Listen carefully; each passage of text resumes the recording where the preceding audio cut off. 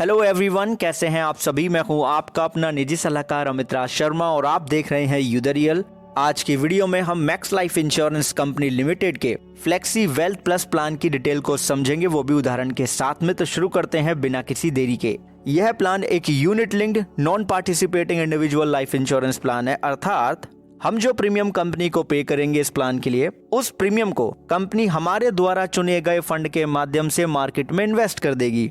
यानी कि कंपनी अपनी तरफ से कोई बोनस वगैरह यहाँ पे नहीं देती है जैसे एंडोमेंट प्लान में होता है। प्रीमियम जाता है मार्केट में और जो फंड वैल्यू होता है वो हमें एंड में मिल जाता है। इसी के साथ पॉलिसी टर्म के दौरान हमारा लाइफ कवर बना रहता है, यानी कि पॉलिसी टर्म के दौरान अगर हमारी मृत्यु हो जाए तो हमारे नॉमिनी को एक निश्चित अमाउंट पे किया जाता है, जो कि लगभग हमें पता ही होता है प्लान लेते वक्त कि वह कितना अमाउंट हो सकता है मिनिमम। इस प्लान के दो अलग अलग वेरिएंट हैं और उन दो अलग अलग वेरिएंट में हमें 5 तरीके की इन्वेस्टमेंट पोर्टफोलियो स्ट्रेटेजी मिलती हैं, या कहीं की इन्वेस्टमेंट ऑप्शन मिलते हैं, जिनमें हमें 9 अलग अलग फंड के ऑप्शन भी मिलते हैं, जिनमें से हम फंड चुनते हैं। समझेंगे सब कुछ कि किस तरीके से कोलैब होता है, लेकिन उससे पहले हम एलिजिबिलिटी क्राइटेरिया को जानेंगे दोनों ही ऑप्शन के। तो एक तरफ वेल्थ वेरिएंट है, दूसरी तरफ है होल लाइफ वेरिएंट। तो सबसे पहले जानेंगे पॉलिसी टर्म की डिटेल को। अगर आप होल लाइफ वेरिएंट लेते हैं तो 100 में से आपको अपनी उम्र को घटा देना है, पॉलिसी टर्म निकल के आ जाएगा। अगर आप वेल्थ वेरिएंट लेते हैं तो 10 साल से लेकर के 30 साल तक का पॉलिसी टर्म का ऑप्शन आपको मिलता है। अब जानते हैं प्रीमियम पेमेंट टर्म के ऑप्शन को। तो होल लाइफ के साथ में 7 साल से लेकर के 20 साल तक का प्रीमियम पेमेंट टर्म का ऑप्शन है। वेल्थ वेरिएंट के साथ में सिंगल पे, रेगुलर पे और लिमिटेड पे का ऑप्शन आपको मिलता है। सिंगल पे का मतलब वन टाइम पे करना, रेगुलर पे का मतलब है जितने साल का पॉलिसी टर्म उतने साल पे करेंगे, और लिमिटेड पे का मतलब है 5 साल से लेकर 29 साल तक का ऑप्शन है।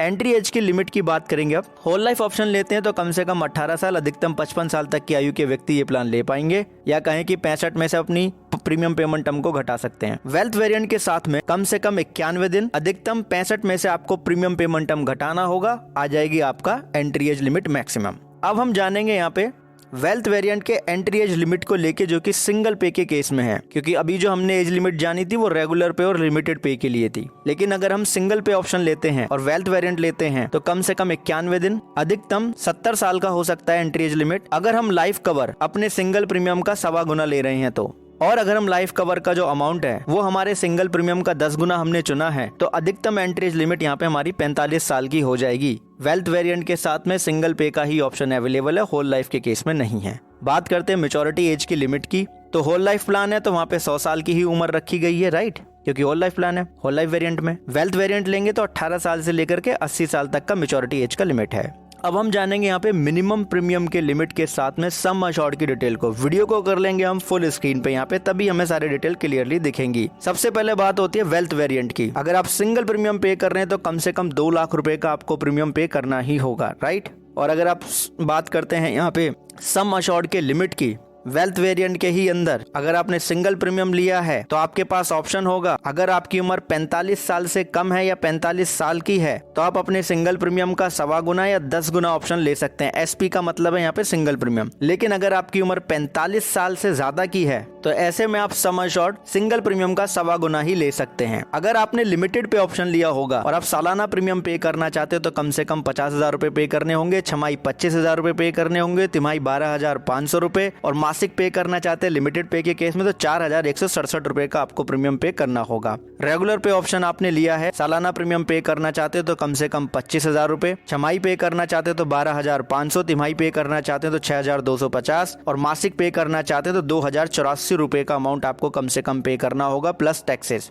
रेगुलर पे, आरपी का मतलब रेगुलर पे, एलपी का मतलब लिमिटेड पे का ऑप्शन आपने लिया है तो जो आप लाइफ कवर है आप अपने सालाना प्रीमियम का 10 गुना तक ले सकते हैं, राइट। अब बात आती है होल लाइफ वेरिएंट की। तो मिनिमम प्रीमियम का जो लिमिट है सालाना 1 लाख रुपए है। छमाही पे करना चाहते हैं तो कम से कम 50,000 रुपए आपको पे करना होगा, तिमाही 25,000 रुपए, और मासिक पे करना चाहेंगे तो 8,334 रुपए। और सम अश्योर्ड का लिमिट वही है, क्योंकि लिमिटेड पे ऑप्शन यहाँ पे एप्लीकेबल हो रहा है प्रीमियम का, तो सालाना प्रीमियम का 10 गुना आपका यहाँ पे सम अश्योर्ड का लिमिट हो जाता है, ठीक है जी।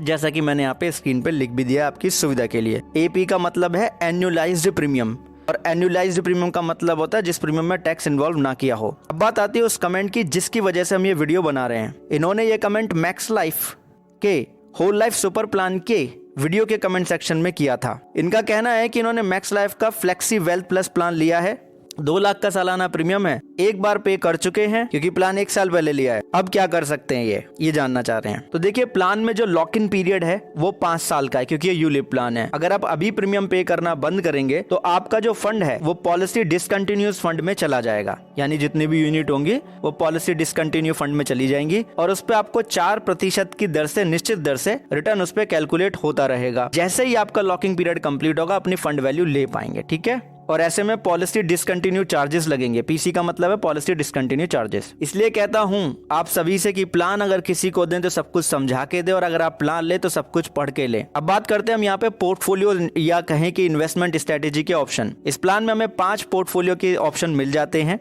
पहला है सेल्फ मैनेज पोर्टफोलियो स्ट्रेटेजी या कहें कि सेल्फ मैनेज इन्वेस्टमेंट ऑप्शन, जो कि स्विचेबल नहीं है। एक बार आपने ले लिया तो सब कुछ आप ही करेंगे। इसमें 9 फंड के ऑप्शन है, 9 में से जो भी फंड आप चुनेंगे उसके अनुसार आप ही स्विच करेंगे, आप ही सब कुछ ट्रैक करेंगे। दूसरा ऑप्शन है यहाँ पे सिस्टमैटिक ट्रांसफर। ये ऑप्शन केवल जब ही आपको मिलेगा जब आप सालाना प्रीमियम पे कर रहे हो या फिर आपने सिंगल प्रीमियम यहाँ पे पे किया हो। तो जैसे ही आप प्रीमियम पे करेंगे पहले मनी आपका जाएगा सिक्योर फंड में, जिसका नाम है यहाँ पे सिक्योर प्लस फंड, जिसे हम डेट फंड कह सकते हैं। उसके बाद में आपका जो मनी है ग्रोथ सुपर फंड में जाएगा, जो कि इक्विटी बेस्ड फंड है, राइट। और उसके बाद सिस्टमैटिकली ट्रांसफर होता चला जाएगा आपके सुपर ग्रोथ फंड में या कहें कि ग्रोथ सुपर फंड में। किस तरीके से होगा, फॉर्मूला हमारी स्क्रीन पे है। मान लेते हैं पहले महीने में सिक्योर प्लस फंड में 500 यूनिट हमारी हैं, तो ऐसे में हम फार्मूला यहाँ पे अप्लाई करेंगे पहले महीने में, राइट। तो 13 में से हम पहला महीना घटा देंगे तो 12 बचेंगे। 500 यूनिट को डिवाइड कर देंगे 12 से तो 41.6666 ये यूनिट यहाँ पे आ जाएंगी, जो कि ग्रोथ सुपर फंड में जाएंगी। ये हर महीने इसी तरीके से जाएंगी, राइट। अब ये जो यूनिट है ये ऐसे ही नहीं जाएंगी, इसमें सिक्योर प्लस फंड का यूनिट का जो NAV है, जो नेट एसेट्स वैल्यू है एक यूनिट का 27.42 अभी, उसका गुणा कर दिया जाएगा और जो अमाउंट अब आएगा उस अमाउंट से ग्रोथ सुपर फंड में इन्वेस्ट किया जाएगा, यानी कि उसके लिए यूनिट ली जाएंगी। तो ये इस तरीके से जाता है, सिक्योर प्लस फंड से ग्रोथ सुपर फंड में हमारा यूनिट, ठीक है जी। और ये ऑटोमेटिकली होगा, आपको इसमें कुछ भी करने की जरूरत नहीं होगी मैन्युअली। और अगर आपने एक बार ये ऑप्शन चुन लिया सिस्टमैटिक ट्रांसफर प्लान का और आप इसको चेंज करना चाहते हैं तो आपको रिटर्न में एक एप्लीकेशन देना होगा पॉलिसी ईयर के 30 दिन पहले, मतलब पॉलिसी ईयर के कंप्लीट होने के 30 दिन पहले। तो ये चेंज हो जाएगा और आपको सेल्फ मैनेज स्ट्रेटेजी मिल जाएगी। लेकिन एक बार चेंज करने के बाद आप इसको वापस ऑप्ट नहीं कर पाएंगे। और अगर आप सिंगल पे ऑप्शन लेते हैं, सिस्टमैटिक ट्रांसफर ऑप्शन को आप चुनते हैं, तो ऐसे में जो पहला साल होगा वही सिस्टमैटिक वे में जाएगा। उसके बाद में आपका जो फंड है वो ग्रोथ सुपर फंड में ही रहेगा, right, entire the policy term. Third option आता है यहाँ पे लाइफ साइकिल पोर्टफोलियो स्ट्रेटेजी, आप कह सकते हैं कि life cycle investment option. Life cycle portfolio strategy equity and debt fund का यहाँ पे कॉम्बिनेशन है। हमें चॉइस मिलती है कि ऑप्शन नंबर 1 जो है फंड का, उसके तहत 3 फंड के नेम हमें दिए हुए हैं और ऐसे ही फंड ऑप्शन नंबर 2 जो है उसके अंदर भी हमें 3 फंड के ऑप्शन दिए हुए हैं, मतलब कि टोटल हो गए 6, 3 इक्विटी के और 3 डेप्ट के। इक्विटी में पहला है ग्रोथ सुपर फंड, दूसरा है हमारा ग्रोथ फंड, तीसरा है हमारा यहाँ पे डाइवर्सिफाइड इक्विटी फंड। इन तीनों फंड में से हम एक ही फंड चुनेंगे लाइफ साइकिल पोर्टफोलियो स्ट्रेटेजी में इक्विटी सेक्शन के लिए, या कहें कि फंड ऑप्शन 1 के लिए। फिर फंड ऑप्शन 2 जो कि डेट फंड है, वहां पे हम secure fund, conservative fund, secure plus fund, इन तीनों में से किसी एक को चुनेंगे। तो इस तरीके से फंड 1 और फंड 2 को हम यहाँ पे डिसाइड कर लेंगे। क्या, फंड 1 में से एक इक्विटी का ऑप्शन चुनेंगे और फंड 2 में से हम एक डेट फंड का ऑप्शन चुनेंगे।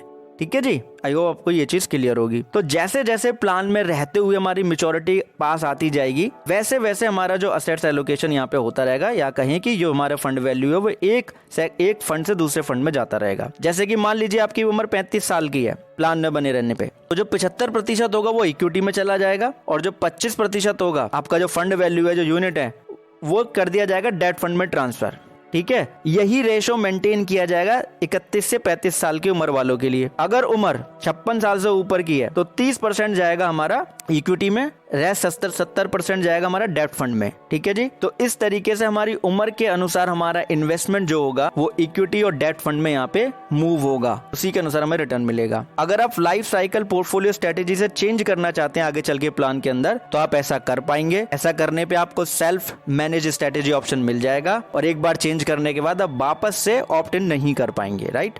इसके लिए भी आपको रिटर्न में एप्लीकेशन देनी होती है। थर्ड जो ऑप्शन आता है यहाँ पे, जो फोर्थ ऑप्शन है यहाँ पे, वो ट्रिगर बेस्ड पोर्टफोलियो स्ट्रेटेजी है। यहाँ पे भी सेम हमें दो ऑप्शन दिए गए हैं, इक्विटी के लिए और डेब्ट के लिए। दोनों में से हम एक एक फंड चुनते हैं, सेम ही ऑप्शन है। अब ट्रिगर बेस्ड पोर्टफोलियो स्ट्रेटेजी हम चुने क्यों? ट्रिगर बेस्ड पोर्टफोलियो स्ट्रेटेजी में जो भी गेन होता है उसको सिक्योर करने की कोशिश की जाती है और ऑटोमेटिकली एक निश्चित रेशो में, जो कि 75% से लेके 25% का है, यह अनुपात है, इस अनुपात में असेट्स एलोकेशन किया जाता है और फंड जो है मैनेज किया जाता है। यानी कि 75% रहता है हमारा यहाँ पे इक्विटी में और 25% रहता है हमारा डेट में। इसके अलावा हमें 3 ऑप्शन भी मिल जाते हैं ट्रिगर के, कि 10%, 15% या 20%। ये प्रतिशत क्या है? ये गेन है। अभी मैं इसको समझाता हूँ आपको।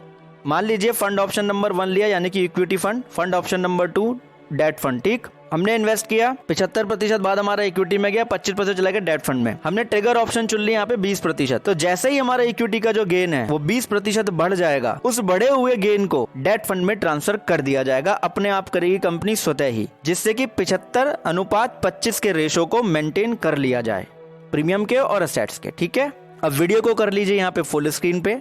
अब ये ट्रिगर इवेंट कहा जाता है इसको। ट्रिगर इवेंट कैसे काम करता है ये हमें बताया गया पॉलिसी डॉक्यूमेंट में भी। तो यहाँ पे पढ़ेंगे आपको पता चलेगा कि फंड वैल्यू 1, यानी कि जो फंड ऑप्शन नंबर 1 है उसका जो वैल्यू है वो 3 टाइम है। किससे? फंड 2 के फंड वैल्यू से। तो जब भी फंड 1 का, यानी कि जो इक्विटी बेस्ड फंड हमने चुना है, उसका जो फंड वैल्यू है वो एक्सेस होगा, वो बढ़ जाएगा, जो भी ट्रिगर रेशो हमने चुना होगा 20%, 15%, 10%, अगर वो बढ़ जाता है तो वापस उसको फंड 2 में, यानी कि डेट फंड में ट्रांसफर कर दिया जाएगा। ठीक है, ये मैंने आपको बहुत ही सिंपल शब्दों में बता दिया है। नंबर 5 जो ऑप्शन है वो है डायनेमिक फंड एलोकेशन स्ट्रेटेजी। अगर आप ये ऑप्शन चुनेंगे, ये बहुत ही सिंपल है। इसमें हमारे पॉलिसी की मैच्योरिटी को ध्यान में रख के काम किया जा रहा है। इसमें भी 2 फंड हैं, पहला है ग्रोथ सुपर फंड, दूसरा जो फंड है यहाँ पे वो है हमारा सिक्योर फंड। अब मान लीजिए पॉलिसी की मैच्योरिटी आने में 16 साल बचे हैं या उससे ज्यादा कितने भी, तो 80% जो फंड होगा, जो यूनिट्स होंगी, वो ग्रोथ सुपर फंड में होंगी और जो 20% यूनिट्स होंगी, जो फंड वैल्यू होगी, वो सिक्योर फंड में होगी।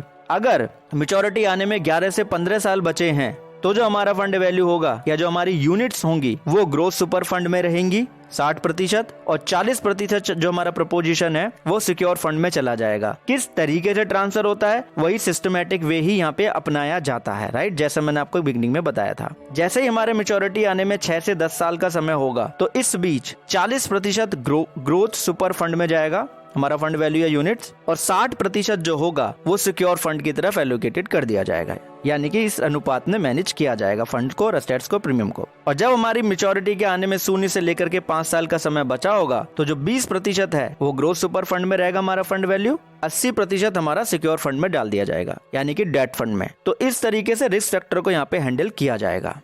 ठीक है जी, इन सभी ऑप्शन में आपको खुद कुछ नहीं करना है, सब कुछ कंपनी कर लेगी। अगर आप खुद सब कुछ करना चाहते हैं तो सेल्फ मैनेज पोर्टफोलियो स्ट्रेटेजी आपको सूट करेगा। अब बात आती है कि 9 अलग अलग फंड हैं कौन से जो हम सेल्फ मैनेज स्ट्रेटेजी के अंदर चुन सकते हैं। तो मैं आपको बता दूं कि स्क्रीन पे 10 फंड के नाम दिख रहे हैं, जिसमें कि सिक्योर प्लस फंड जो है वो systematic transfer, life cycle based portfolio strategy और ट्रिगर बेस्ड पोर्टफोलियो स्ट्रेटेजी में ही मिलता है। तो पहला जो फंड है वो है हाई ग्रोथ। अब ये हाई ग्रोथ फंड है, दूसरा है डाइवर्सिफाइड इक्विटी, तीसरा है ग्रोथ सुपर फंड और चौथा है ग्रोथ फंड। अब ये जो चारों फंड हैं, इनमें से जो टॉप 3 फंड हैं, इनको अगर आप देखेंगे तो कम से कम 70% जो इन्वेस्टमेंट है वो इक्विटी के लिए किया जाएगा, यानी कि जो फंड वैल्यू आएगा वो इक्विटी से आएगा 70%। तो इसलिए वेरी हाई रिस्क और हाई रिस्क नेचर के हो जाते हैं और यहीं पे ही हमें हाई रिवॉर्ड भी मिल सकता है। फिर आता है हमारा 4th फंड जो कि ग्रोथ फंड है, वो भी अगेन हाई रिस्क कैटेगरी में है, लेकिन इसमें हमें ऑप्शन है कि 30% तक गवर्नमेंट सिक्योरिटी, 30% तक corporate bank, corporate bond, sorry bank नहीं, 40% तक 0 से लेके money market and cash instrument और कम से कम 20% तक हम इक्विटी में रख सकते हैं। फिर आता है हमारा बैलेंस्ड फंड की मीडियम रिस्क का है, इसमें कम से कम 20% गवर्नमेंट सिक्योरिटी, कम से कम 20% हमारे इन्वेस्टमेंट का कॉर्पोरेट बॉन्ड्स और 0 से लेके 40% का विंडो है मनी मार्केट एंड कैश के लिए और कम से कम 10% इक्विटी के लिए रख सकते हैं हम, तो मैनेजेबल है ये। फिर आता है हमारा कंजर्वेटिव फंड जो कि वेरी लो रिस्क है, क्यों? क्योंकि कम से कम 50% जो होगा वो गवर्नमेंट सिक्योरिटी में जाएगा। उसके बाद अगर हम चाहें तो 15% तक इक्विटी में भी रख सकते हैं, बाकी corporate bonds, money market and cash instrument में। फिर हमारा डायनेमिक बॉन्ड जो कि लो रिस्क है अगेन, क्यों? क्योंकि इसमें कम से कम 60% गवर्नमेंट सिक्योरिटी और कॉर्पोरेट बॉन्ड में ही इन्वेस्ट होगा। इक्विटी में बिल्कुल जीरो हो जाएगा। अगर 60% आप गवर्नमेंट सिक्योरिटी और कॉर्पोरेट बॉन्ड में कर देंगे तो 40% तक आप मनी मार्केट और कैश इंस्ट्रूमेंट में कर सकते हैं। फिर हमारा सिक्योर फंड, जिसमें कम से कम 50% गवर्नमेंट सिक्योरिटी, फिर हमें ऑप्शन मिलता है corporate bonds, money market and cash instrument. Equity बिल्कुल जीरो। तो जहाँ पे इक्विटी इन्वेस्टमेंट जीरो हो गया है वहां पे हमें लो रिस्क हो गया है, इसका मतलब रिटर्न भी काफी कम हो गया है।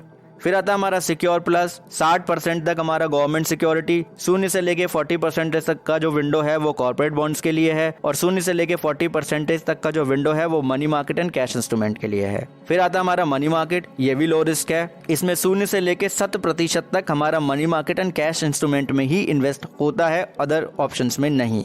राइट, तो आई होप ये इन्फॉर्मेशन आपको यूजफुल यहाँ पे लगी होगी। लगी है तो वीडियो को लाइक जरूर कर दीजिएगा। अब हमारी बात आती है यहाँ पे बेनिफिट्स की।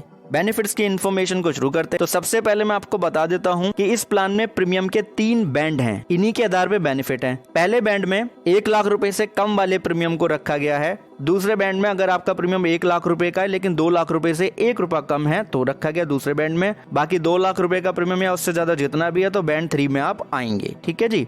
तो सबसे पहला यहाँ पे बेनिफिट आ जाता है यहाँ पे guaranteed loyalty addition. Guaranteed loyalty addition आपको पॉलिसी के 6ठे साल से मिलना शुरू होता है। अगर बैंड 1 में है आप तो ये बिल्कुल आपको नहीं मिलेगा। अगर बैंड 2 में है तो 0.25% आपके टोटल फंड वैल्यू का आपको मिलेगा गारंटेड लॉयल्टी एडिशन हर साल। अगर आपका प्रीमियम बैंड 3 कैटेगरी में है तो टोटल फंड वैल्यू का 0.40% आपको गारंटेड लॉयल्टी एडिशन मिलेगा। नेक्स्ट बेनिफिट है यहाँ पे wealth booster benefit. Again band 1 में आपका प्रीमियम आ रहा है तो ये बेनिफिट आपको नहीं मिलता है। बैंड 2 में या बैंड 3 में आपका प्रीमियम आता है तो आपके फंड वैल्यू का 2% आपको मिलता है। ये पॉलिसी के 10वें साल से आपको मिलना शुरू होता है, मतलब कि 10वें साल के एंड से, और उसके बाद हर 5 साल के अंत में आपको एक बार ये मिल जाता है। इसी के साथ इस प्लान में आपको रिटर्न ऑफ मोर्टेलिटी चार्जेस का भी ऑप्शन मिलता है। यही वो चार्ज होते हैं, रिटर्न ऑफ मोर्टेलिटी चार्जेस जो है ये वही चार्ज है जिसकी वजह से आपको लाइफ कवर मिलता है इस प्लान में। अब गारंटेड लॉयल्टी एडिशन हो, वेल्थ बूस्टर हो, चाहे रिटर्न ऑफ मोर्टेलिटी चार्जेस हो, ये आपको जब ही मिलते हैं बेनिफिट जब आपने सारे प्रीमियम पे कर लिया हो, यानी कि जितने साल का प्रीमियम पेमेंट टर्म लिया हो आपने उतने प्रीमियम पे कर लिए हो। नेक्स्ट जो बेनिफिट है वो है स्विचेस को लेके। इस प्लान में आपको अनलिमिटेड फ्री स्विचेस मिलते हैं, लेकिन ऐसे में जो आप स्विच कर रहे हैं उसका जो वैल्यू है यूनिट का कम से कम 5,000 रुपए का होना चाहिए। लेकिन अगर आपने पॉलिसी डिसकंटिन्यू कर दी है तो ये बेनिफिट आपको नहीं मिलेगा। नेक्स्ट बेनिफिट है प्रीमियम का रिडायरेक्शन। ये लॉक इन पीरियड जब आप कंप्लीट कर लेते हैं, यानी कि पॉलिसी के 6ठे साल से आपको मिलता है, ये भी आपको फ्री ऑफ कॉस्ट मिल जाता है। कितने? 6 बार आप कर सकते हैं 1 साल के अंदर अपने प्रीमियम का रिडायरेक्शन एक फंड से दूसरे फंड में। बात आती है पार्शियल विड्रॉल की, तो 1 साल में आप 12 बार पार्शियल विड्रॉल कर सकते हैं, लेकिन 5 साल के लॉक इन पीरियड को कंप्लीट करने के बाद। मिनिमम जो पार्शियल विड्रॉल है आपका वो 5,000 रुपए का होगा, लेकिन उसी के साथ में अगर माइनर के लिए पॉलिसी ली है तो माइनर जब तक 18 साल के नहीं हो जाएंगे तब तक पार्शियल विड्रॉल नहीं होगा, और जैसे ही वो 18 साल के होंगे पॉलिसी उनकी हो जाएगी, सारे बेनिफिट उनको मिलेंगे। मैक्सिमम पार्शियल विड्रॉल जो है वो 25% होगा आपके फंड वैल्यू का, और रेगुलर पे लिमिटेड पे के केस में पार्शियल विड्रॉल के बाद में जो फंड वैल्यू है वो आपके 1 साल का जो सालाना प्रीमियम है उससे कम नहीं होना चाहिए, और सिंगल प्रीमियम है तो सिंगल प्रीमियम का 25% से कम नहीं होना चाहिए विड्रॉल के बाद आपका फंड वैल्यू। इसी के साथ इस प्लान में आपको इंक्रीज या डिक्रीज करने का पॉलिसी टर्म या प्रीमियम पेमेंट टर्म का ऑप्शन भी मिलता है, लेकिन पॉलिसी के पहले 5 साल कंप्लीट करने के बाद। क्योंकि बहुत से लोग सोचते हैं कि बाद में हमने सोचते हैं लॉकिंग पीरियड के बाद कि हमने ज्यादा ले लिया पॉलिसी टर्म, आप क्या करें, तो आप डिक्रीज भी कर पाएंगे। इसी के साथ आपको सेटलमेंट ऑप्शन भी मिल जाता है जो कि 5 साल का है, यानी कि मैच्योरिटी बेनिफिट को आप किस्तों में भी ले सकते हैं, और इस दौरान आपका लाइफ कवर बना रहेगा जो कि कम से कम आपके टोटल पेड प्रीमियम का 105% होगा, जो आपके नॉमिनी को मिल जाएगा आपकी मृत्यु के बाद। प्लान में आपको रिवाइवल पीरियड भी मिलता है जो कि 3 साल का है, यानी कि किसी कारणवश अगर आप प्रीमियम पे करना बंद कर चुके हैं तो 3 सालों के अंदर पॉलिसी को रिवाइव कर सकते हैं। मैच्योरिटी बेनिफिट फंड वैल्यू ही होता है यूलिप प्लान में, ये चीज हम लोग जानते हैं। डेथ बेनिफिट आपको इसमें मिलते ही हैं क्योंकि मोर्टेलिटी चार्जेस के बाद हम यहाँ पे कर चुके हैं, और यूलिप प्लान लोग लेते ही इस वजह से है कि मार्केट एक्सपोजर के साथ में उनको लाइफ कवर भी मिल जाता है। तो डेथ बेनिफिट क्या होगा जी, आपका जो सम अश्योर्ड है उसमें से आप घटा लेंगे पार्शियल विड्रॉल, अगर पिछले 2 साल में कुछ किया गया होगा तो इसका कंपैरिजन किया जाएगा till the date of death तक जितना प्रीमियम पे किया गया उसमें से टैक्स घटा दीजिए, बेस प्रीमियम आएगा उसका 105%, उसमें से पार्शियल विड्रॉल घटा देंगे लास्ट 2 ईयर में कुछ किया गया है तो उसका कंपैरिजन कर लेंगे फंड वैल्यू से, तीनों में से जो भी ज्यादा होगा डेथ बेनिफिट होगा, नॉमिनी को पे कर दिया जाएगा। वीडियो को कर लेंगे फुल स्क्रीन पे हम यहाँ पे, ये इस प्लान की जो प्रेजेंटेशन है उसमें से हमने स्क्रीनशॉट ये लिया है। मान लेते हैं श्रीमान शर्मा जी हैं, 35 साल की उनकी उम्र है, वेल्थ वेरिएट उन्होंने यहाँ पे ले लिया, यानी कि वेल्थ ऑप्शन को उन्होंने चुना है। 5 साल केवल प्रीमियम पे करना चाहते हैं। 10 साल का ले लिया उन्होंने यहाँ पे पॉलिसी टर्म।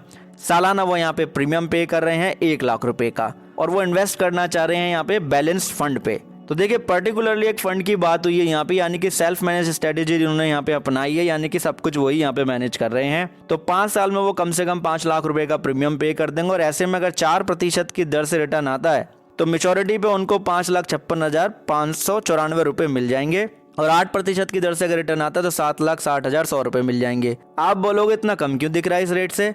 क्योंकि इसमें तरह तरह के चार्जेस भी होते हैं यूलिप प्लान में, जो प्रीमियम में से कटने के बाद में आपकी प्रीमियम जाके इन्वेस्ट होती है, इस वजह से कम होता है। वीडियो हो रहा है बहुत ज्यादा लंबा, और प्लान अभी हमें और समझना है अच्छे से एक अलग एग्जाम्पल के साथ में, और चार्जेस की डिटेल को भी जानना है। तो अब हम अगले भाग में जानेंगे ये चीज, ठीक है? क्योंकि वीडियो बहुत लंबा हो गया, इस वजह से हम ये चीज कर रहे हैं। इस प्लान में हमने अब तक आपको सारे जो भी फीचर्स हैं, या कह लीजिए एलिजिबिलिटी क्राइटेरिया की बात है, जो भी आपको जानना जरूरी था वो हमने आपको अब तक बता दिया है। तो thank you for watching. Next भाग में एग्जाम्पल के साथ में चार्जेस की डिटेल को भी समझेंगे। तो एक चीज खुद भी समझिएगा, दूसरों को भी समझाइएगा कि इंश्योरेंस एक प्रोटेक्शन है, और प्रोटेक्शन कभी भी अधूरी नहीं लेते हैं। बहुत बहुत धन्यवाद, बहुत बहुत आभार आप सभी का।